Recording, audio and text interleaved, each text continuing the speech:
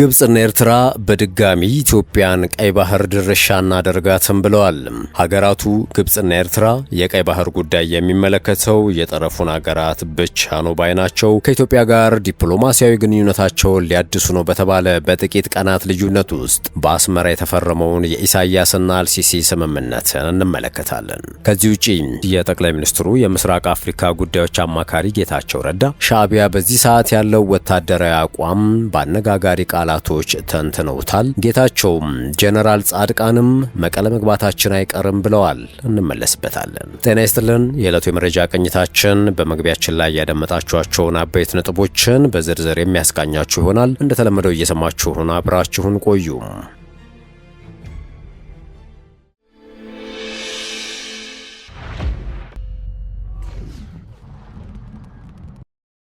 ወደ ቀዳሚ ጉዳያችን እናምራችሁ።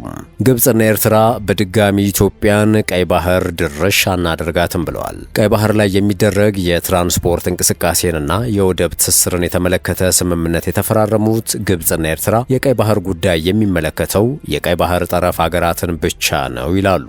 የግብጽ የውጭ ጉዳይ ሚኒስትር ባድር አብደላቲና የግብጽ የትራንስፖርት ሚኒስትር ሌተናንት ጀነራል ከማል አልዋዚር ግንቦት 8 2018 ዓ.ም ከኤርትራው ፕሬዝዳንት ኢሳያስ አፈወርቂ ጋር ተወያይተዋል።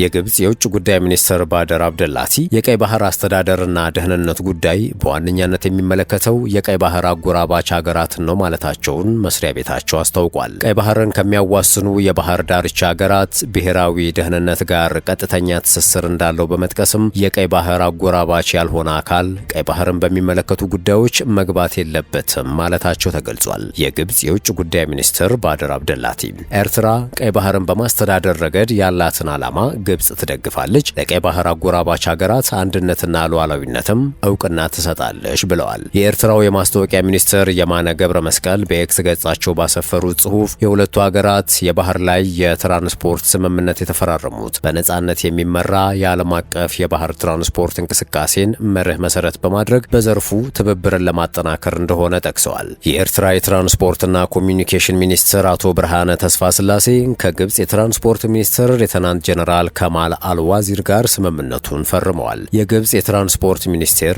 ሌተናንት ጀነራል ከማል አልዋዚር ካይሮ የአስመራን የወደብና የባህር ትራንስፖርት ልማትን መደገፍ ትሻለች ማለታቸው ተገልጿል። በባህር ትራንስፖርት ዘርፍና በቀይ ባህር በኩል የግብጽና የኤርትራን ወደቦችን የሚያስተሳስረውን የካርጎ እንቅስቃሴን በተመለከተ የተደረሱትን ስምምነቶችም አሞካሽተዋል። ሁለቱ ሀገራት በጋራ ቀጠናዊና ዓለም አቀፋዊ ጉዳዮች ዙሪያ መወያየታቸውም ተገልጿል። ፕሬዝዳንት ኢሳያስ ከግብጽ ባለስልጣናት ጋር ውይይት ባደረጉበት መድረክ ላይ በትራንስፖርት ኢነርጂና ማዕድን ቁፋሮ ዘርፍ የተሰማሩ የግብጽ ኩባንያዎች ኃላፊዎች መገኘታቸው ተዘግቧል። የኤርትራው የማስታወቂያ ሚኒስትር የማነ ገብረ መስቀል በኤክስ ገጻቸው ባሰፈሩ ጽሑፍ በሁለቱ ሀገራት ባለስልጣኖች መካከል የተደረጉ ውይይቶች የጋራ ጠቀሜታ ባላቸው ቀጠናዊና ዓለም አቀፋዊ ጉዳዮች ዙሪያ ሁሉን አቀፍ የሁለትዮሽ ትስስርን ማሳደግን የተመለከቱ ናቸው ብለዋል። ፕሬዝዳንት ኢሳያስ በኤርትራና በግብጽ መካከል ሁሉን አቀፍ ትስስር ማጠናከር ለሁለቱም ሀገራት ዜጎች የጋራ ጥቅምን የሚያስከብር መሆኑን አስምረውበታል ሲሉም የማስታወቂያ ሚኒስትሩ አክለዋል። ኤርትራ ከግብጽ የንግድ ተቋማት ጋር የጋራ ፕሮጀክቶች ላይ ለመሳተፍ ዝግጁ መሆኗንም ጠቅሰዋል። ከኤርትራና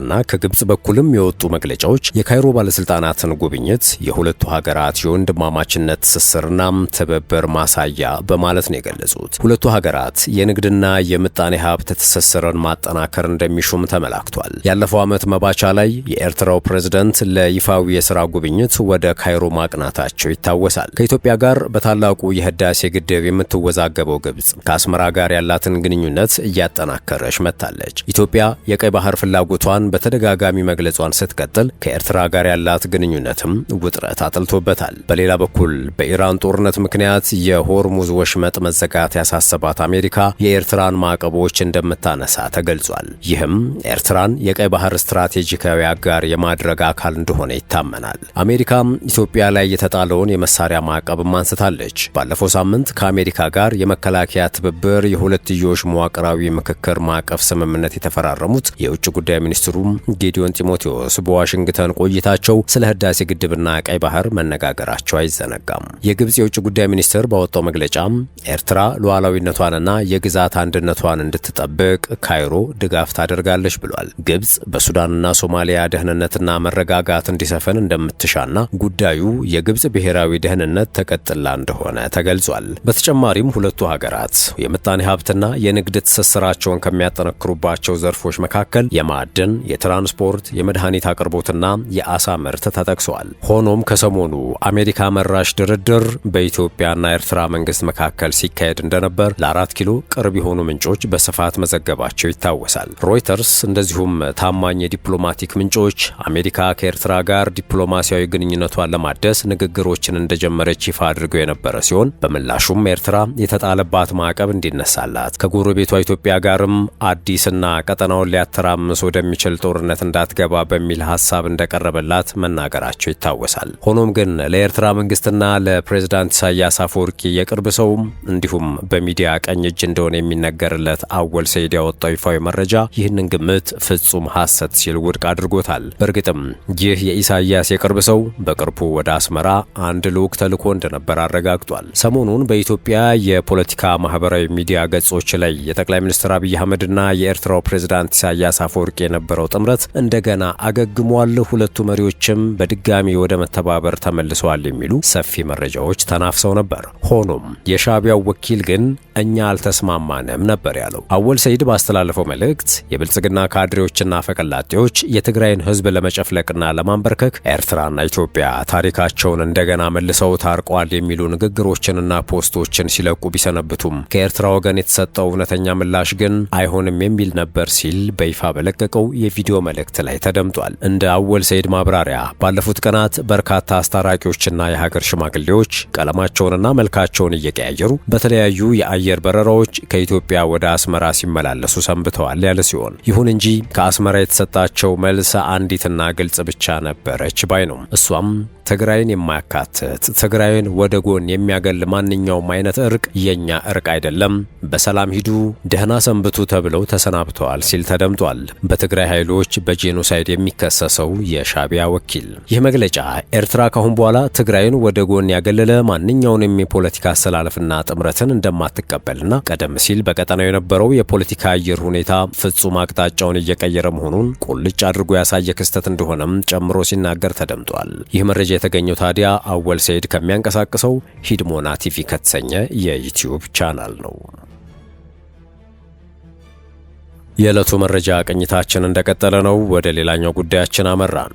የጠቅላይ ሚኒስትሩ የምስራቅ አፍሪካ ጉዳዮች አማካሪ ጌታቸው ረዳ ሻዕቢያ በዚህ ሰዓት ያለው ወታደራዊ አቋም በአነጋጋሪ ቃላቶች ተንትነውታል። ጌታቸውም ጻድቃንም ወደ መቀለ መግባታችን አይቀርም ብለዋል። አቶ ጌታቸው ረዳ አዲስ ተመሰረተ በተባለው የትግራይ የለውጥ ምክር ቤት ላይ ባደረጉት እጅግ አነጋጋሪ ንግግር ስለ ኤርትራ መንግስት ወይም ሻዕቢያ ወቅታዊ አቋምና ወታደራዊ አቅም እጅግ ጠንከር ያለ ትንታኔ ሰጥተዋል። አቶ ጌታቸው በንግግራቸው ወቅት ሻዕቢያም የፌዴራል መንግስት ጋር የመዋጋት አቅምና ድፍረት የለውም በማለት የኤርትራ መንግስት ከኢትዮጵያ የፌዴራል መከላከያ ሰራዊት ጋር ፊት ለፊት ለመጋፈጥ የሚያስችል ወታደራዊ ልዕልናም ሆነ የልብ ድፍረት ፈጽሞ እንደሌለው በይፋ ተናግረዋል። ይህ የአቶ ጌታቸው ንግግር በኤርትራ ድንበር አካባቢ በራያና በወሎ በኩል ስላለው ወቅታዊ የደህንነት ሁኔታ የሚነገሩትን የተጋነኑ ወሬዎችን ሙሉ በሙሉ ውድቅ ያደረገ ይመስላል። አክለውም በአሁኑ ወቅት የሻዕቢያ ስጋት በትግራይ ህዝብ ላይ የስነ ልቦና ጫና ለመፍጠርና ክልሉን ይበልጥ ለማዳከም የሚደረግ የፕሮፓጋንዳ አካል እንጂ ከፌዴራል መንግስቱ ጋር ወደ ቀጥተኛ ጦርነት ለመግባት የሚያስችል አቅም እንደሌለው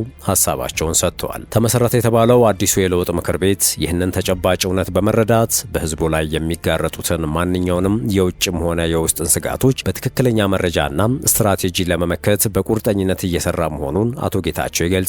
በትግራይ ህዝብ ስም የሐሰት ስጋትና ፍርሃት የሚነዙ አካላትን አካሄድ በጽኑ ኮንናለሁ ሲሉም ተደምጠዋል። ከዚህ ባለፈ በዚሁ መድረክ ላይ ትግራይን ለማስተዳደር ያለመ ነው የተባለ ጊዜያዊ ምክር ቤት በይፋ ተመስርቷል። ስምረት፣ ባይቶና፣ አረና ትግራይ፣ ትንሣኤ ሰባ እንደርታና ቃንጭ ሀቅ የተባሉት 5 የፖለቲካ ፓርቲዎች እንዲሁም በአፋር ክልል የሚንቀሳቀሱት የሐራ መሬት ተዋጊዎች ወታደራዊ ክንፍ በማድረግ በአዲስ አበባ የተቋቋመው አዲሱ የሰላምና ለውጥ ምክር ቤት ትላንት ግንቦት 9 2018 በይፋ ተመስርቷል። የምስረታ ጉባኤውንም አካሂዷል። በወቅቱ ንግግር ያደረጉት የጠቅላይ ሚኒስትሩ የምስራቅ አፍሪካ ጉዳዮች አማካሪ ጌታቸው ረዳ በትግራይ ክልል ያለው ሁኔታ በአጭር ጊዜ ውስጥ መፍትሄ ሊበጅለት እንደሚገባ በመጥቀስ አዲሱ ምክር ቤት በአጭር ጊዜ ውስጥ ወደ መቀለ እንደሚገባም ተናግረዋል። ክልሉን የማስተዳደር ሚናውን የሚወጣውም በህዝብ የተመረጠ መንግስት እስከሚመሰረት ብቻ ነው ብለዋል። ቀጣዩን የጊዜያዊ አስተዳደርነት ቦታን በመቆናጠጥ ክልሉን የማስተዳደር ጥረት መጀመሩን፣ ይህንን ለማሳካትም መንግስታዊ ቅርጽ ያለው ምክር ቤት እንደሚቋቋም ከወራት በፊት መረጃዎች ሲወጡ እንደነበር ይታወሳል። ውድ የሸገር ታይምስ ቤተሰቦች የዕለቱ የመረጃ ቅኝታችን አበቃ። ስለተከታተላችሁን ከልብ አመሰገንን። በያላችሁበት ሰናይ ጊዜ።